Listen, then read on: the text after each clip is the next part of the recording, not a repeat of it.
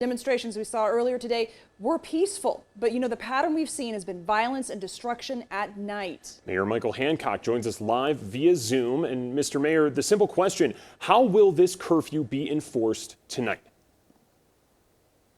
Well, thank you for having me, number one. And the reality is, you're absolutely right. We have seen as the dark nears, we've seen the crowd begin to change over. And those people who, over the last two successive nights, have showed up, have been hell-bent, quite frankly, on provoking the police and putting a lot of people in danger. And last night we saw way too much property damage and, quite frankly, a lot of people put in danger. So tonight at 8 p.m., we are ordering everyone to go home unless you're part of that exemption package that Lance just talked about. And if you're not home or if you're out moving about, you may very well be stopped by the police, ask why you're out. And if you're not within that package, you could receive a ticket. And that ticket could range all the way up to $999. So obviously we want to avoid that, want to encourage everyone to get home before 8 p.m. All right, and that was one of the questions we wanted to ask. If someone's not protesting, they just want to go out, go get ice cream after 8 o'clock, will that person be stopped? Will they be arrested? What will happen? Go get your ice cream before 8 p.m. is the best answer we can give you. The reality is that, unless you, we want to avoid arresting people, but you may very well be cited by the police if you're out after 8 p.m. Well, so far, Mr. Mayor, the city of Denver, or Denver police, only arrested about 34 people over the course of the last 2 nights. With this curfew in effect, with the National Guard there, could there be the potential of mass arrests if these protesters simply don't go home? Yeah, absolutely. And let me tell you, you got to correct your numbers, actually. We've had, I believe, close to 21 people arrested last night and 11 people arrested the night before. So there have been arrests made, but those were for acts of vandalisms, assault, and some other very serious,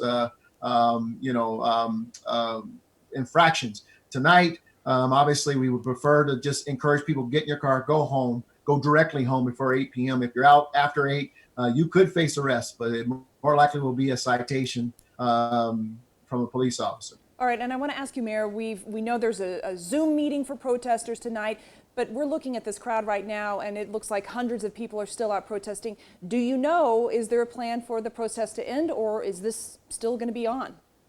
You know what? We have tried to communicate with organizers as best we can.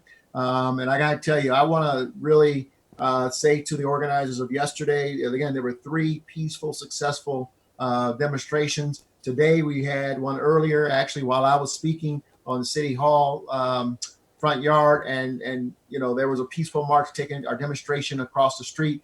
We want to thank those individuals because they work very closely with the police department and other parts of the city. But the reality is that we want to encourage all the organizers and the participants to heed the message, because we are serious about it. As City Attorney Bronson pointed out, we will enforce the curfew. There's a reason why we put it in place. We're not trying to play games with people. This is about the safety of all demonstrators, the safety of all residents of our city, and we will need people to go in at 8 p.m.